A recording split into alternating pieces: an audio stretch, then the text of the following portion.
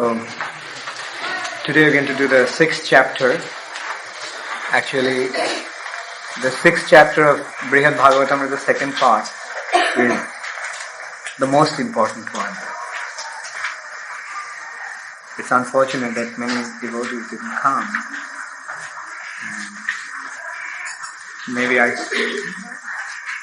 Anyway, let's see how it goes. Did you all read it? Read this chapter? The notes. How many of you read this chapter? In the notes. Anyway, please read it carefully. So, in Vrindavan, in Dwarka, Narad Muni instructed Gopkumar to come down to Vrindavan, earthly Vrindavan, and chant the holy name of the Lord in Sankirtan. So, according to Narad Muni's instruction, Gopkumar actually came back to this earthly Vrindavan, and he actually found himself in that grove where he met the Brahmana. And Gopkumar was chanting the holy name loudly, and as a result of that, he used to always cry and in intense separation from the Supreme Personality of Godhead, his worshipable Lord, Madan Gopal. Then, at that time, Gopkumar could not actually make out that all that he had done for so many years for his spiritual advancement, for his spiritual life, whether that was to receive pain or it was to receive some kind of joy. He could not make out whether he was submerged in an ocean of pain or in an ocean of joy. He could not make out whether he was burning in an incredible fire or he was dwelling in the soothing sweet water of Jamuna. So in this way, from this statement of Gopkumar, we can understand that height of spiritual experience that one experiences in Vrindavan, it is so intense, it is such an intense spiritual feeling that it becomes difficult to figure out what that experience is actually like. A devotee cannot make out whether it is an acute pain or whether it is an intense joy. So in the topmost region of the spiritual sky in Vrindavan, both the extremes, pain and pleasure, become harmoniously adjusted. So much so that one cannot really make out whether it is pain or pleasure. But of course, according to the conclusions of the previous acharyas, we know that is the highest state of bliss. Just as material nature is full of pain, and there is even here pleasure is painful and pain is painful. Now, on the spiritual platform, especially Vrindavan, is diametrically opposed to this material nature. Therefore, in the spiritual platform, it is always eternally blissful. And there, the happiness is blissful and pain also is blissful. And suffering is blissful, enjoyment is also blissful. So it is a platform of bliss. And everyone is in a blissful state, but when they are in intense separation from Krishna, they feel such acute pain that they feel as if it would have been better if they were dead. So Gopkumar was experiencing that state of consciousness in Vrindavan, And sometimes he used to feel that he has actually fallen in the hand of a great cheater who actually cheated him, to whom he has sold himself out, to whom he has offered himself completely. That person is just fooling with him. That person doesn't have any consideration for him. He is treating him according to his own whims. Because although one thinks that one should take to spiritual life for joy, but when he reaches that level of devotion, then he can't make out whether he's actually in joy or he is in sorrow. So then one day, in this intense separation from Krishna, Gopkumar fainted. And when he fainted, that time, that Dhurta Shidamani, the crest jewel of all cheaters, that's how he has been addressed by Gopkumar. The best of all cheaters, or the crest jewel, maybe you can add that word. I just mentioned cheater there, but the word should be, the word he used, literal translation of that would be the crest jewel of all cheaters. Gopkumar fainted, and at that time, the crest jewel of all cheaters came to him, and he brushed the dust from his body with the end of his cloth, and then he started to play in his very beautiful flute. And when he started to play the flute, then Gopkumar came back to his senses.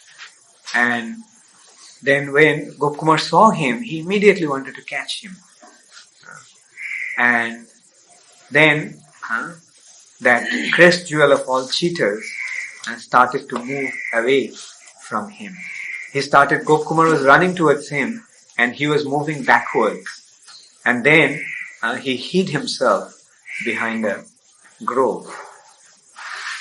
And Gopkumar could not find him anywhere. He was crying like a madman, calling out his name, and it seemed that his heart was just breaking. It was just, and his soul was trying to come out of his body. And in that intense feeling of separation from his beloved Lord, Gopkumar fainted. And he fell in the river Jamuna. And then he felt that when he came back to his senses, he felt that he was being carried in a vehicle with a tremendous speed. And then when he opened his eyes, he saw, at first he thought that he arrived in Vaikuntha again. But then he noticed that very soon, very quickly he went past Vaikuntha. Then in the spaceship, in the transcendental ship, he went past Ayodhya and Dwarka, and then he arrived in Mathura. So in Mathura, he rested in Vishram Ghat.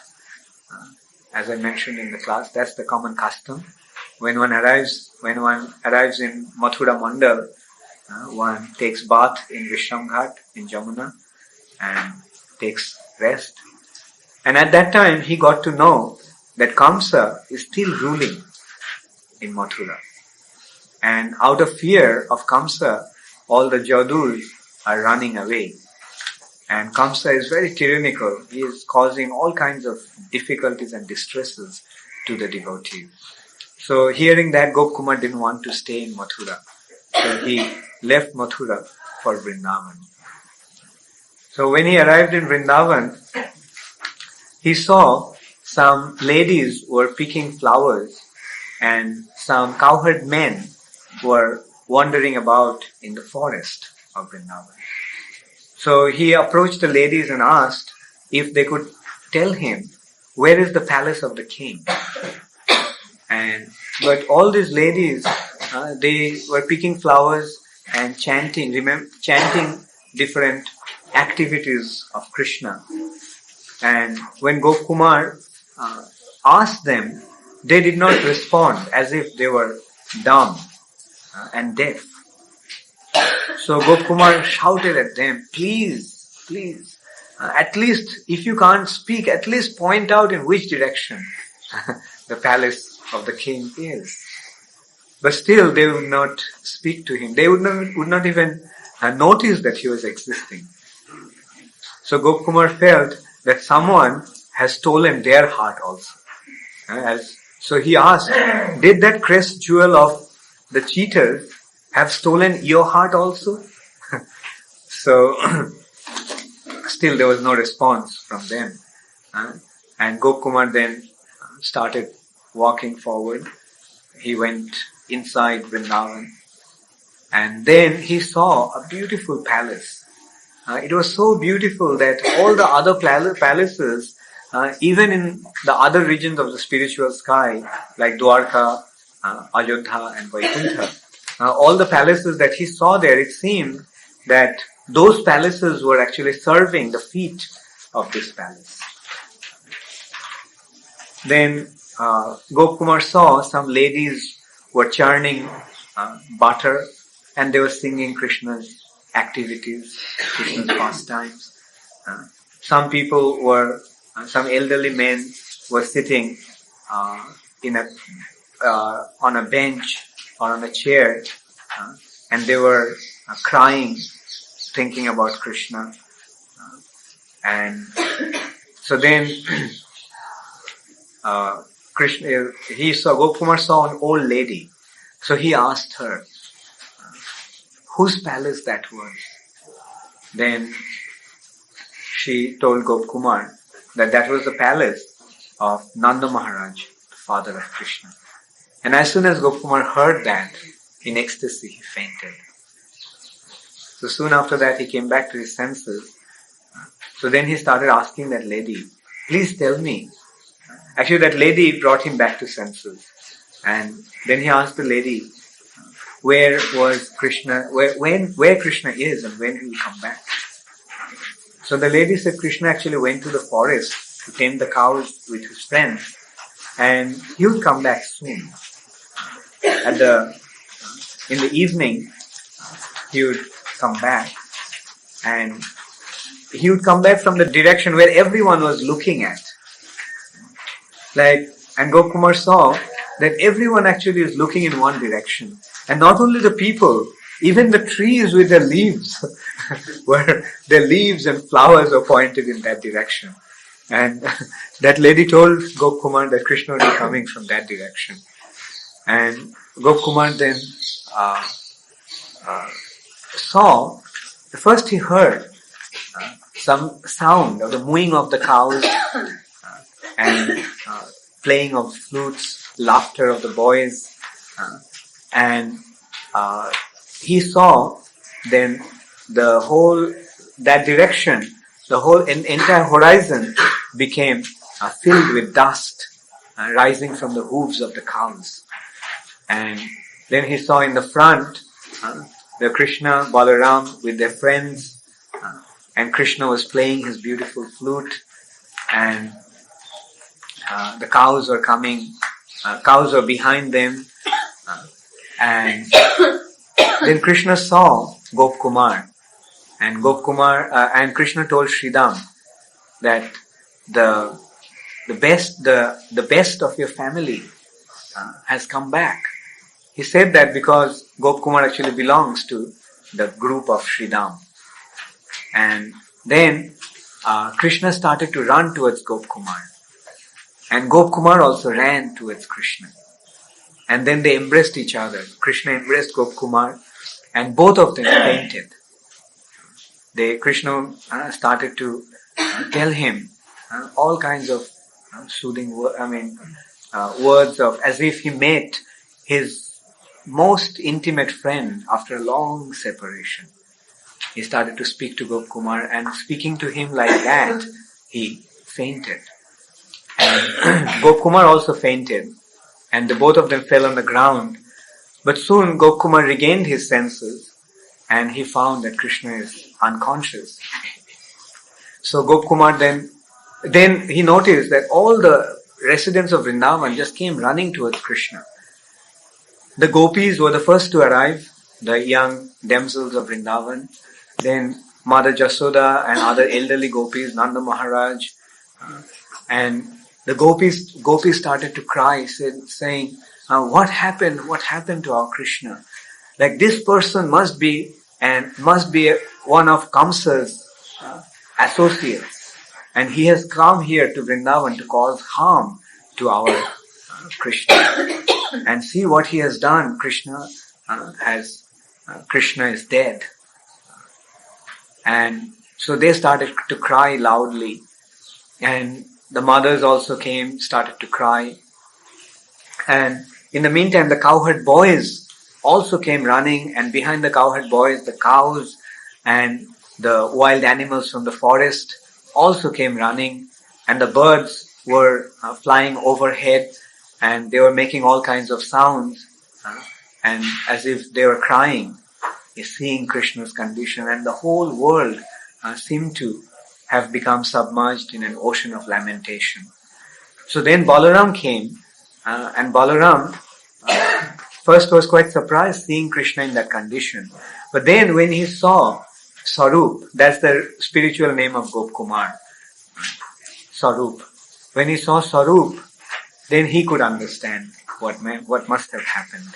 So he made Sarup put his arms around Krishna's neck, and then he made him chant Krishna's names in his ears. And then Krishna came back to his senses. Krishna regained his senses. Then Krishna took Sarup by his hand and he led him to his house. At that time, all the other cowherd boys, with Balaram and Sarup, Krishna entered into the house, and the other cowherd boys, they stood outside the house, and they kept on looking at Krishna as long as they could. And not only the cowherd boys, even the cows stood there, even the deers and the birds, deers also kept on looking at Krishna, the birds kept on flying in the sky, and making the sounds of their cry. And Krishna also could not leave them. So he stood there, and both in one side Krishna looking at his friends and cows and calves and the animals of the forest kept on looking, and they also kept on looking. Then Krishna went inside. Then the cowherd boys took the cows into the Goshala and tied them up after giving them the fodder. And the wild animals that came just laid down there under the tree, waiting for the next morning when they would be able to see Krishna again. So they just stayed there in front of Nanda Maharaj's house, and crying the birds went back to their nests. So when Krishna went to the house, Mother Jasoda and Mother Rohini embraced Krishna, and milk was pouring out of their breasts, and and also tears were streaming down their eyes, and the tears blended with the milk from their breasts, and with that they bathed Krishna and Balaram out of their parental affection. So then they told Krishna and Balaram, "Come, take your bath. The whole day you have been playing in the forest, so you have become so dirty. So take your bath and take your prasad." So then Krishna actually told his mother, "Mother, I'm feeling very hungry. Please give me some food." So then the gopis told Mother Jasoda, "Mother Jasoda, you go and cook for Krishna. Arrange for Krishna's food, and let us bathe Krishna and Balaram." So Mother Jasoda said, "Okay, then first bathe Balaram and send him to fetch Nanda Maharaj, and then when Nanda Maharaj comes back, then Krishna Balaram can take prasad with him. So the gopis quickly bathed Balaram and asked him to go and fetch Nanda Maharaj. And then they started to bathe Krishna. First they dusted Krishna's body with the end of their soft silk saris. And then they massaged Krishna's body with the oil. Yeah, when they were doing that, then the gopis felt envious towards the flute. The reason is, the flute is so dear to Krishna, and the flute is constantly getting the touch of Krishna's lips, that the gopis, although they hanker for that so much, but do not get that so often. So they have a kind of a transcendentally envious feeling towards the flute, just as a co-wife the feeling a co-wife has towards the other co-wife.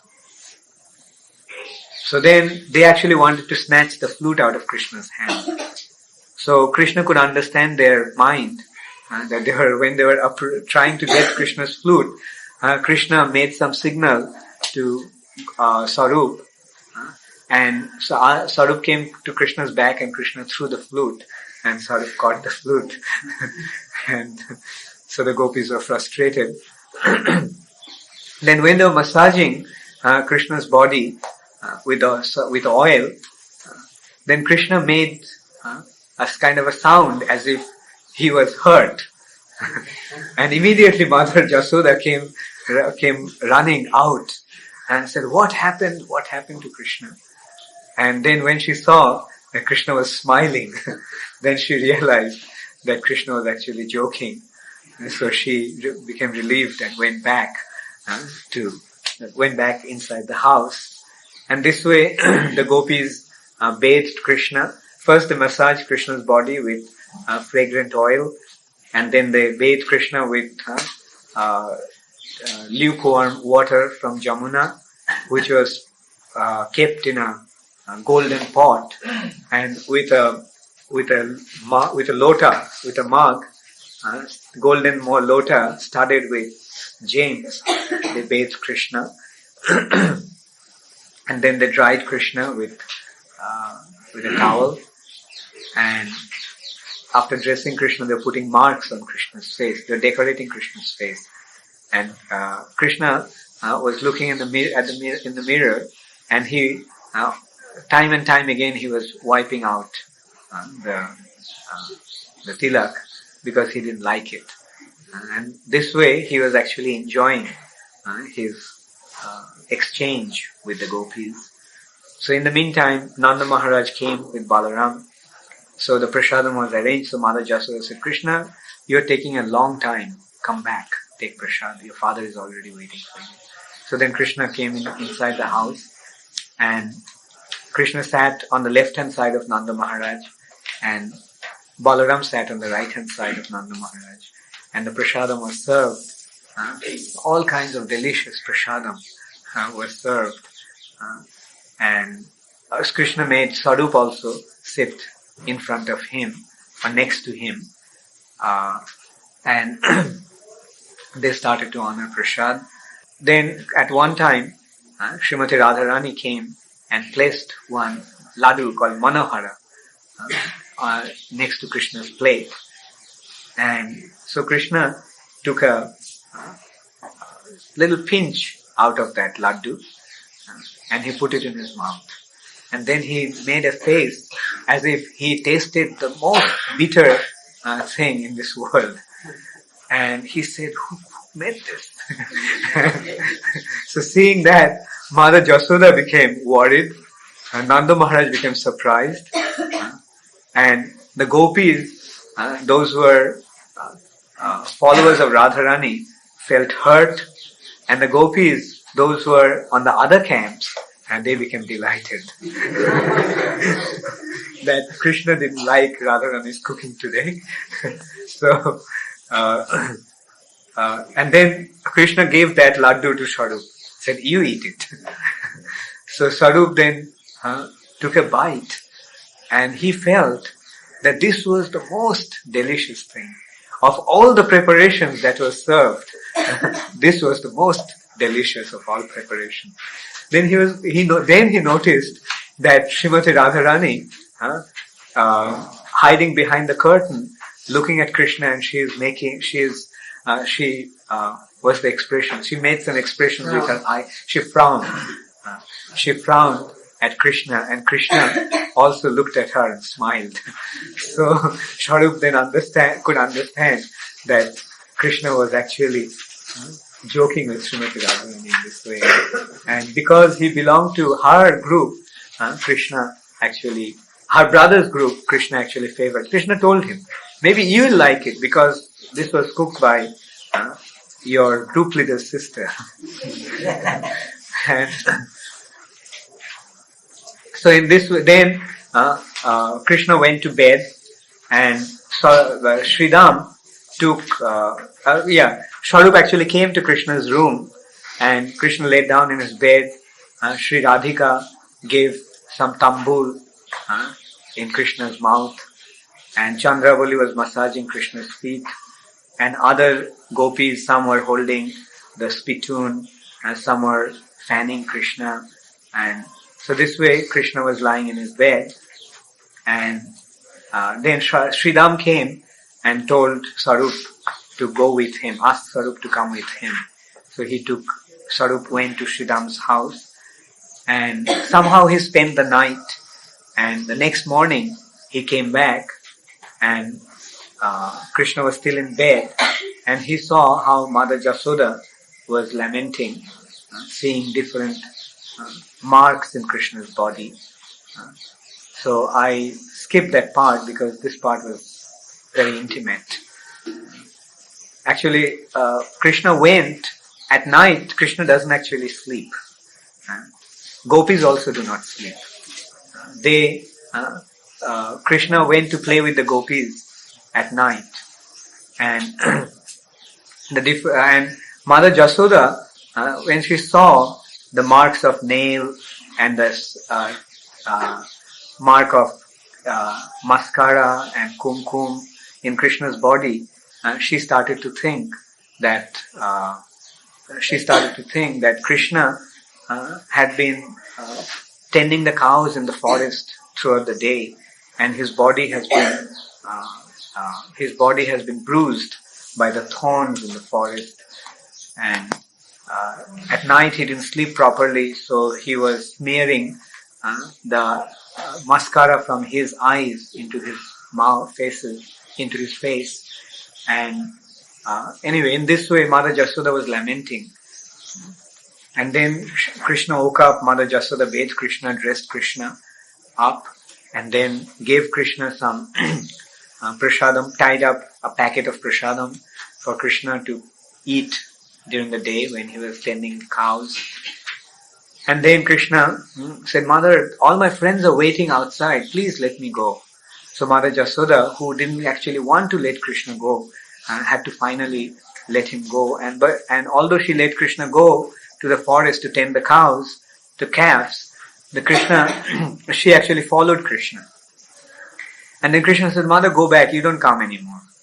Don't follow me like that.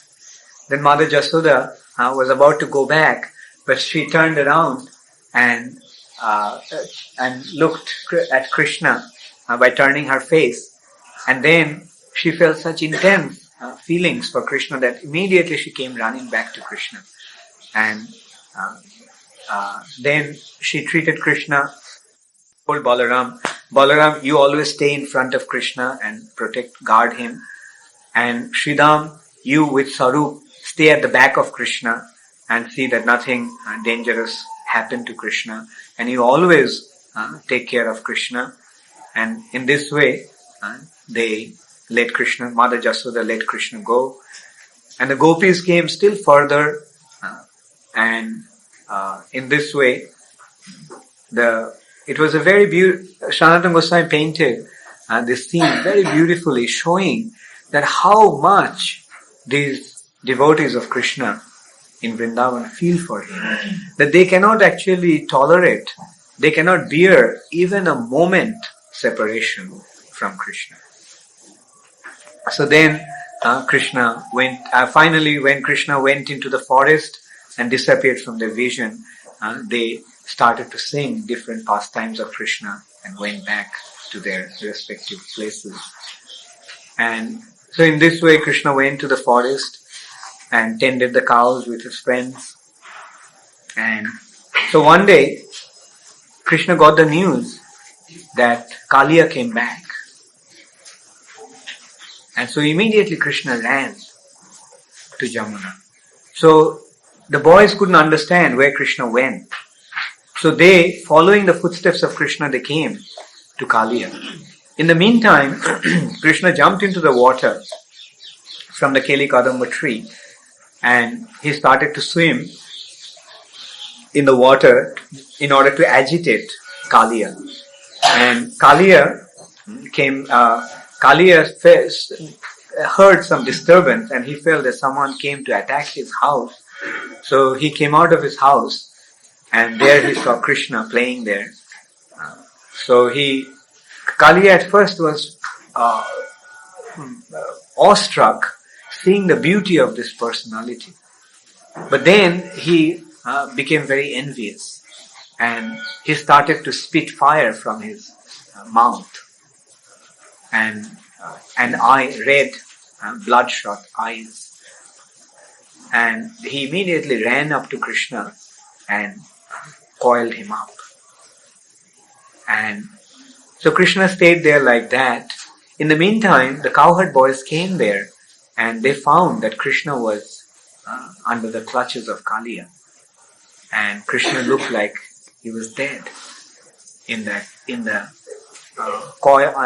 the coil of that great serpent. So when they saw Krishna in that way, they just fainted there. And the cows and calves and deers, they also came and they started to look at Krishna. And they also felt that their life air was about to leave their body. In the meantime, one in the residents of Vrindavan noticed all kinds of inauspicious signs, like different animals were crying, the trees became dry, and then they started to wonder whether anything happened to Krishna. And at that time, one old man who actually saw Krishna under the grip of Kaliya, inside in the coil of Kaliya, came running, and in a faltering voice, he started to tell them that Krishna has been attacked by a serpent in Jamuna, and the serpent has coiled Krishna's body, and Krishna seems to be already dead. So all the gopis, all the cowherd people immediately ran towards Jamuna. Balaram kept on shouting, "That's a lie, that's a lie." And Rohini also was running, but Balaram consoled her and told her that nothing will happen to Krishna, you stay at home. So Rohini was left behind to take care of the household, and all the residents of Vrindavan came to the bank of Jamuna. And when they saw Krishna in that condition, then Mother Jasoda and Nanda Maharaj immediately wanted to run into the water. And Balaram, seeing Krishna in that condition, he also fainted. Balaram also fainted. But Balaram regained his consciousness and he stopped Mother Jasoda and Nanda Maharaj to enter into the water, and he started to console everybody. And the gopis, they were about to give up their bodies when they saw Krishna in that condition. And the demigods from the sky kept on watching. No, I'm sorry. That's from Krishna book. Demigods didn't come there. So in this way, they saw Krishna. So Balaram kept on appealing to Krishna. Krishna, you are the life and soul of all the residents of Vrindavan. So if you act like that, then no one will be able to save these people. So please do something. So when Krishna heard that, he came out of Kaliya's coil and he bent one head of Kaliya and jumped onto Kaliya's head. And then Krishna got all the gopis to come and come on top of Kaliya's head. So he took the he helped the gopis to come onto Kaliya's head from the shore, from the bank of the river, and then Krishna started to dance on Kaliya's head. And so when Kaliya's condition was so pathetic, so painful, when Kaliya's wives saw, Nagapatni saw that Kaliya's condition was so bad that he is going to leave his body, then they started to pray to Krishna. Then Krishna very mercifully took the chadar, the thin chadar that ladies wear to cover their head. So it's kind of a transparent, semi-transparent chadar. So it's called dupatta or choli.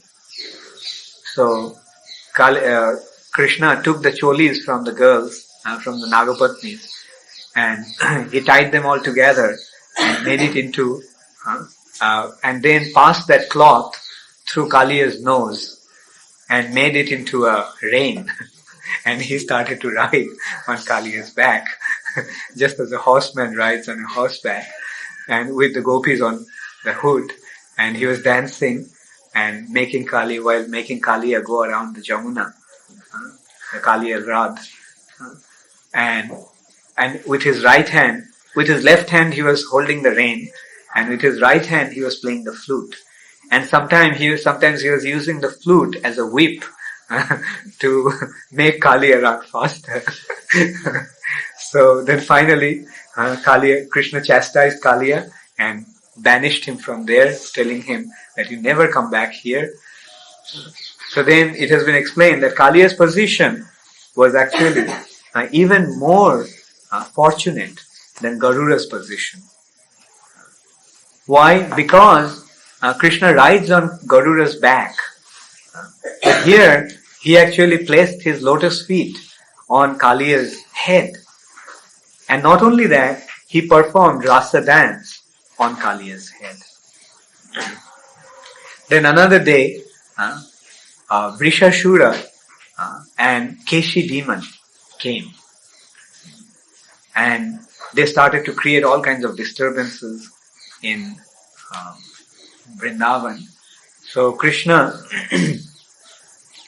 then subdued Keshi by kicking him. He just kicked Keshi and brought him back to his senses. And Vrishabhasur, he got hold of... Then Krishna jumped up on Keshi's back and he started to ride on Keshi demon. And he started to display what an expert horseman he was. And he was not only flying through the ground, he was also riding on Keshi's back. He was flying through the sky. And then Krishna called all his friends to come up on Keshi's back, and so together they all had a joyride on Keshi's back. And Vrishabhasur, Krishna actually put a rope. He punctured his nose and put a rope through the nose, and this is how he tamed Vrishashur and used him to pull the cart. So in this way, Krishna performed his pastimes in Vrindavan. It has been explained at that time that in this way, Krishna's eternal pastimes appear there in Vrindavan, Golok Vrindavan, from time to time, and they actually don't remember whether this really happened, because whenever it happens, like Kaliya comes from time to time, and whenever they see Krishna under the grip of Kaliya, they cannot really remember that Krishna actually subdued Kaliya and he did those things. They become completely affected. They become absolutely affected by that sight. And then one day, Akrura came. So when the news came to Mother Jasoda that Akrura came to take Krishna to Kamsa, to kill Kamsa, then Mother Jasoda became very worried. So she kept Krishna hidden at some secret place. She didn't want to let Krishna go. So next morning, Akrura appealed to Nanda Maharaj, and then on Nanda Maharaj's request, Mother Jasoda let Krishna go. Nanda Maharaj assured her that don't worry, Krishna will just go and kill Kamsa to free Devaki and Vasudev and other Jadavas. And then Krishna will come back. I will go there and I assure you that I'll bring him back. So on Nanda Maharaj's assurance, Mother Jasoda let Krishna go. But when Mother Jasoda let Krishna go, she actually put Krishna in Akrura's hand. And at that time the gopis started to tell Mother Jasoda that you heartless Jasoda, you are letting your son go like this. You don't know that you are actually offering your son in the mouth of a tiger. And this man is Kamsa's agent. Akrura is Kamsa's agent. He has come to take Krishna away and to cause some harm to Krishna. And then Akrura took Krishna onto his chariot, pacifying the gopis. He tried to pacify the gopis. And he got into the chariot and he started to drive the chariot at such a speed that no one could actually see in which direction the chariot was going. And Nanda Maharaj got into his cart, bullock cart, along with the other cowherd men, and he started moving towards following Akrura's chariot. But then, at one time when Akrura was little absent-minded, thinking about the glory and glorious pastimes of Krishna in Vrindavan, the gopis came running, and seeing them, Krishna jumped out of the chariot and went with the gopis. So along with the gopis, Krishna went inside some kunja, and when Akrura came back to his senses, he found that Krishna is missing. So Akrura then very expertly tried to get Balaram in his side, and he told Balaram, see Balaram, everybody wants Krishna, but no one wants you. So saying that, said, let's go and find Krishna. So then they came out of the chariot and started looking, and then they found Krishna surrounded by the gopis, and we're seeing the gopis with Krishna, or Krishna with the gopis. Balaram did not come near. So Akrura went there and he started to offer his prayers by saying, he actually started to tell that just to encourage Krishna to come out, that how his mother and father are captivated in the prison of Kamsa, how Kamsa comes and threatens to kill them, and he often raises his sword as if he is going to behead, as if he is going to cut their heads off. And all the others, Ugrashan also have been arrested by Kamsa, and all the demons have taken over the kingdom. And so when Krishna heard that, Krishna reasoned with the gopis, said, I have to go. But the gopis said, that's a lie. Krishna's father and mother are Nanda Jasoda. Vasudeva and Devaki are not Krishna's father.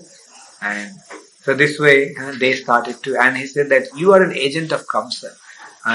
We don't trust you. Your name is Akrura, means one who is not cruel. But actually you are the most cruel and most mischievous. And so this way the gopis started to chastise and curse Akrura. So finally Akrura arranged for Krishna to come onto the chariot, and he started driving, but this time he didn't want to take any chance. While he was driving, he put one arm on Krishna's shoulder so that Krishna cannot run away. Then they came to the Brahma Rod or Brahma Kunda, There Krishna Balaram went to take a bath, and there Akrura actually saw that Krishna Balaram were the supreme, Krishna Balaram as Narayan, and he offered them prayers, and then he took them to Kamsa's palace.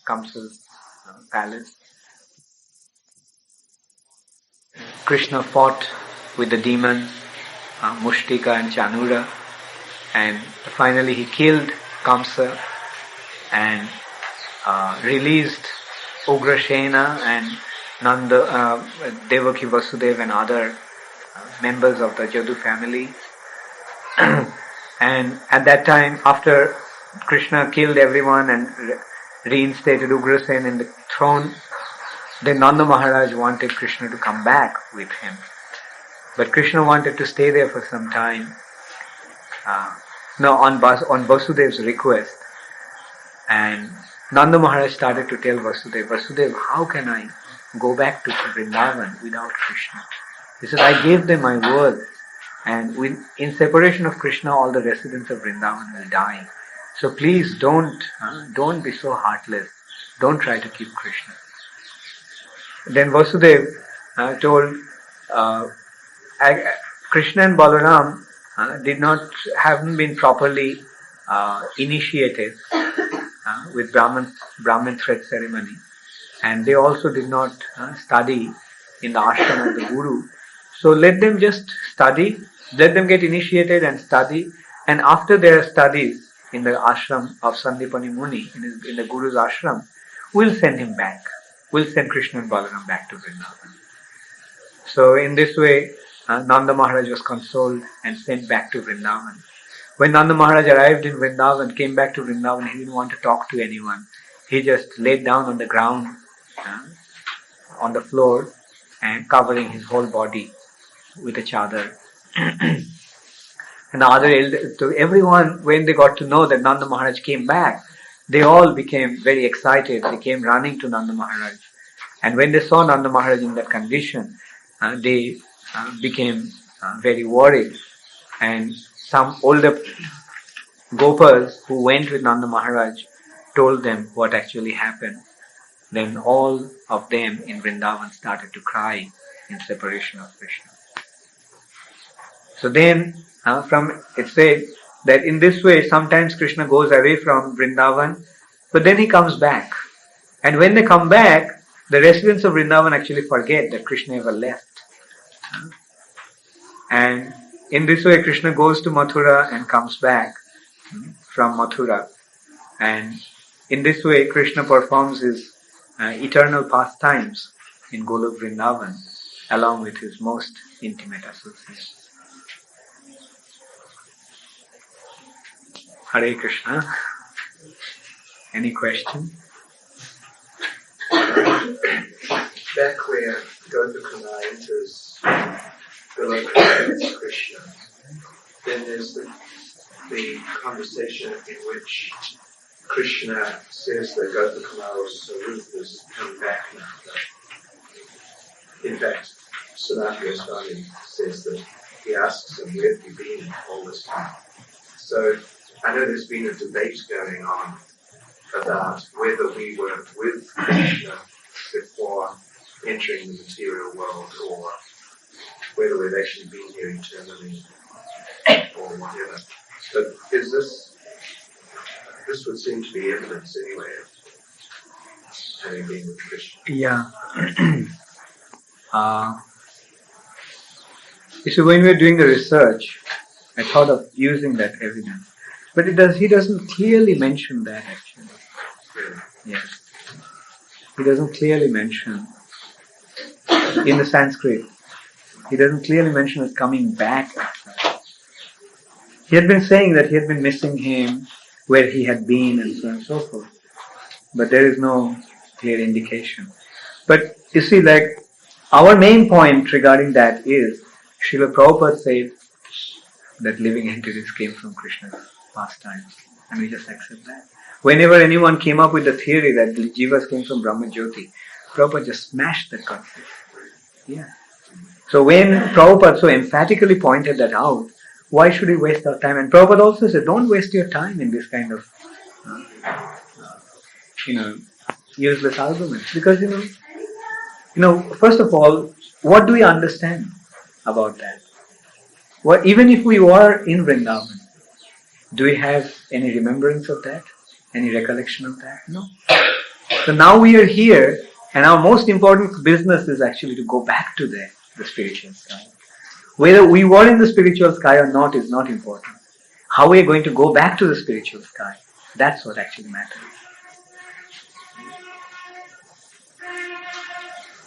Yeah. Also, this is all going on in Goloka. So how did Kaliya and Keshi and Ursasura, how do they get there? They are not actually demons. They are not the demons that come in Bhoma pastimes. These are Jogomaya's arrangements. And these pastimes go on, but the demons don't play the role. And the devotees play the role. That's the because the Nitya Leela, you see, whatever is happening on the earth planet in Bhoma Vrindavan is actually the projection of the activities of Krishna in the spiritual sky. Right? Now, so we have to understand that these activities go on in the spiritual sky also. Otherwise, these pastimes couldn't be here. But the difference is that those who play those roles are not demons. Hansuta Prabhu. I find it astonishing that the devotees are getting to a debate about where we came from. Yeah. Krishna, Golok, Vrindavan, or someplace else. Brahmajyoti. The very, the theme of Prabhupada's movement is back to God. Back to God. Continue back to something where you never Right. been to begin with. Right. Home and he said it in plain English. Prabhupada said relationships to Charu. And it's just a matter of unfolding it, uncovering it again. You see, some people have a lot of time to spare, a lot of time to waste. So they have to do something with the time, Yes, Shesha Prabhu. Maharaj, it seems that Swarup, you say he's in the group of Sridham, but he's like eating right there with Krishna, Krishna throws his food. He seems like he's not being engaged by Sridham, but he's almost directly, interacting with Krishna. So I thought that, the spiritual master, resident of God in the following engages you, I got the impression he's coming to do this. Yeah, sometimes Krishna may deal directly with some devotees. But the devotee always maintains the etiquette of being subordinate to the group leader or spiritual master. Like although he dealt with Krishna in that way, but he always was submissive to Charu, Sridham, knowing well that he is his leader. So that is the spiritual sky. There is no transgression of etiquette. And always, everyone is always subordinate to his superiors. And sometimes, as I said, like Krishna may bestow his mercy like that to somebody, some devotees. But although the devotee receives some very special mercy from Krishna, but he does not think that he is actually, he is independent of the spiritual master, or he has become superior to the spiritual master.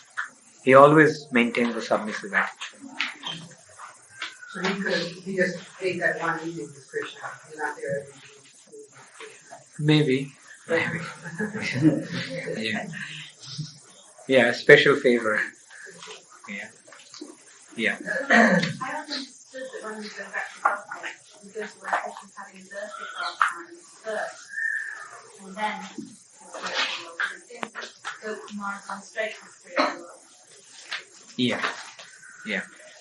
You see, living entities can go back in different ways. There is not one hard and fast rule about it.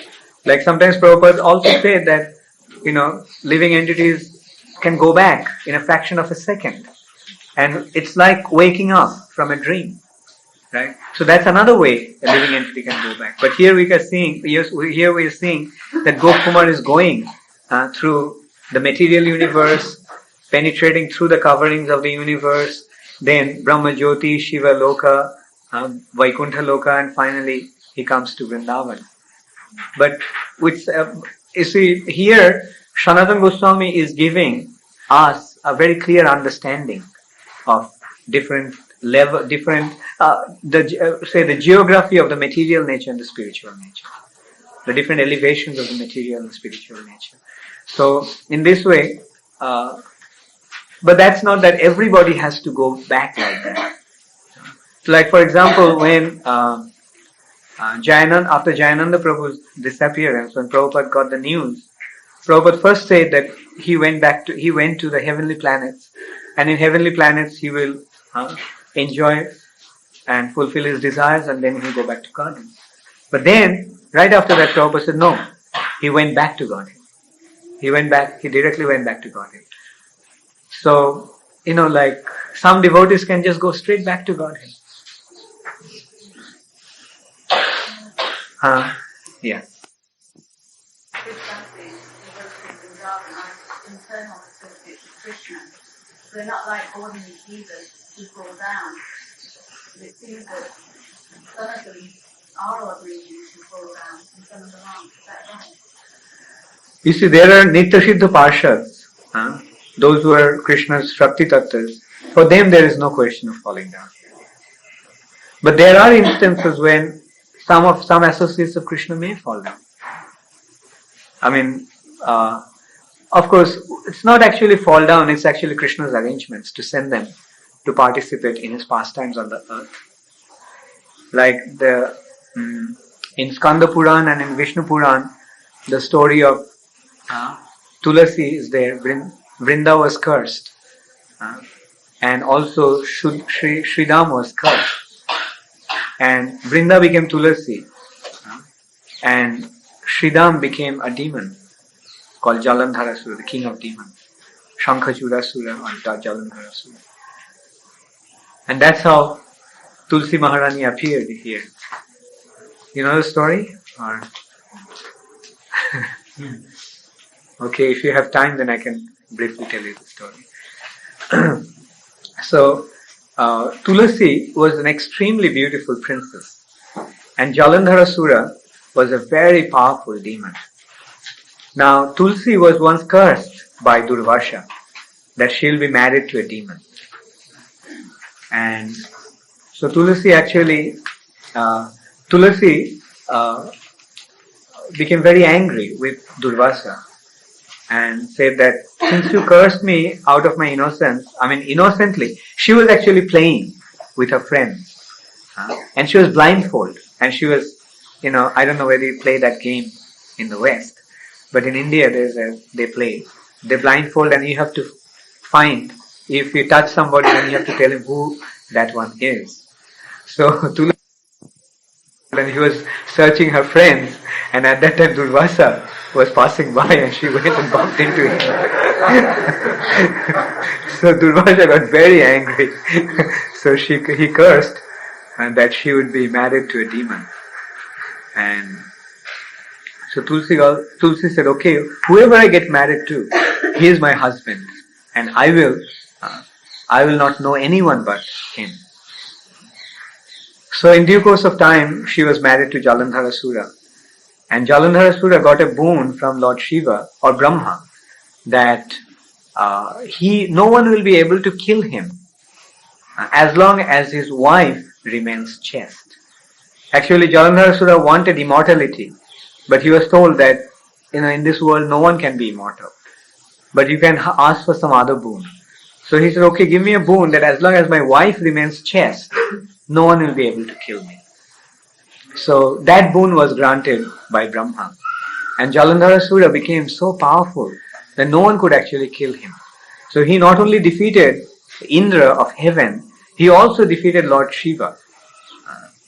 And so finally all the demigods along with Lord Shiva went to Vishnu. And Vishnu said, okay, I'll make the arrangements. You all go back and fight with him. And he gave Lord Shiva the trident, saying that you go and fight with Jalandharasura with the trident. But all the demigods said, but my Lord, there is no way we can fight with him. So Vishnu said, okay, I will take care of it. You go and challenge Jalandharasura in a war, in a battle. So they went and challenged Jalandharasura. And for Jalandharasura, it was a child's play to defeat the demigods. He defeated them so many times. So he thought, okay, another time. So he casually got prepared, got ready for the war. So after he left, Vishnu actually came to Tulasi as Jalandharasura. And so Tulasi asked, what happened? Why did you come back like this? You just left for the war. And so Jalandharasura, Vishnu, as Jalandharasura said, well, you see, I was actually missing you while going to the war, so I thought of coming to you and seeing you again. So then, in this way, she accepted, she thought that this was her husband, and she became unchaste. And in that war, the demigods, actually Lord Shiva, killed Jalandharasura. And when the news came to Tulasi, Tulasi couldn't believe that, because she knew that Jalandharasura had the boon that as long as she was chaste, no one would be able to kill him. So then she could understand that Vishnu actually, Narayan actually played a trick with her. So she cursed Narayan that because of such heinous act, abominable act, Narayan would turn into stone. And Narayan said, okay, to match your curse, I'll give you a benediction that you would turn into a river. And I will always reside on your lap. And without you, my worship will not be complete. So Narayan turned into Shaligram due to the curse of Tulasi. And Tulasi turned into the river Gandaki. And her hair turned into the Tulasi plants. And Narayan's worship is not complete without Tulasi.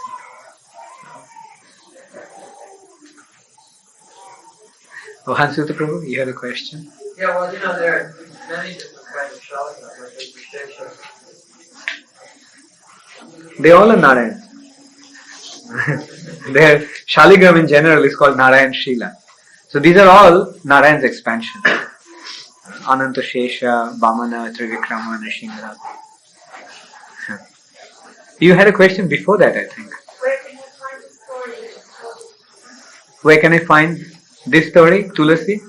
You can find it in Skanda Puran, and you can find it also in Vishnu Puran. My question before was whether there are any other books in the same vein as Brihad Bhagavatamrta. Any other book in the same vein as Brihad Bhagavatamrta? Not that I can think of right away. No. I mean, there are different books, giving, and especially the Puranas are giving, different aspects of spiritual understanding. Yeah. But nothing has been presented in such totality. Nothing has been presented in such a complete way. It's true you're going to publish this, is that right? Huh? You're going to publish this. Maybe by your mercy and by your pushing. and maybe I was, since you're all here, that there are some artists who are talented. Could submit some illustration on that. Maybe you can negotiate with Shesha Prabhu. He is the BBT trustee. Oh, really? Oh, yeah, there is. Yes? How many verses do you have? How many verses? Well, let me see. Roughly, say if I take 200 in average in each chapter, so that makes it 200 multiplied by 14. So 2,800 verses. Roughly. The 6th chapter has about 400 verses. Yes, Shesha Prabhu? Yeah, Ramananda. I have the question again from the first part. That because there it is mentioned that was one of the arguments of Indra, why he was not such because that was presented by Nandamuni, that his followers were also offensive. And there it was mentioned that Yamaraj was also offensive. Who said that? But it was Indra. Oh, I see. But I never heard a story where Yamaraj was offensive. What did he say? Yeah, he said that Indra said that not only he himself was offensive to Krishna, but even his followers are sometimes offensive. Even his followers sometimes commit offense to Krishna. So he was like Jamaraj, and he asked me what was the incident. Let me see. I just don't remember. Let me see if I can find it from one of the Puranas. Brihad Bhagavatamrta doesn't specifically mention, but I'll see if I can find it. It was commented about Brahma. Brahma's followers. Brahma's followers are offensive to the God. Yeah, but he mentions the name of Jamaraj. Yeah. Yeah.